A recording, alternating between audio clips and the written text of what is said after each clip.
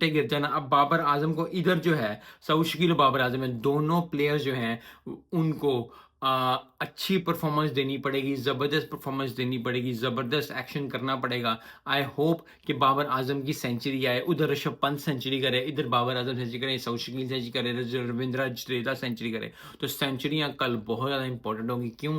क्योंकि बाबर आजम पे बहुत ज़्यादा जो है, चाहे वो ओडीआई हो जाए, वो टेस्ट हो जाए, चाहे वो टी20 हो जाए, कि जी ये नहीं कर रहा, वो नहीं कर रहा, ये नहीं हो रहा, वो नहीं हो रहा। सो उसको अब जो है, अब वो एक पूरी एक स्टेज सजा दी गई है। रब ने पूरी एक स्टेज सजाई है कि आप उतर सेंचुरी का आ जा मेरे सोने सेंचुरी का। तो सोने ने सोनी गल करनी पैनी है और सोने नू सेंचुरी सोनी करनी पैनी है। आई थिंक 100 200, मैं तो कहता हूँ भाई 200 का डाल आज, सबके मुंह बंद कर डाल, क्योंकि he is a wonderful player. Yes वो नंबर्स के पीछे भागता है, यस उसने उस तरह विन टू लॉस रेशो उसकी नहीं है, वो ठीक बात है, लेकिन overall Babar Azam is a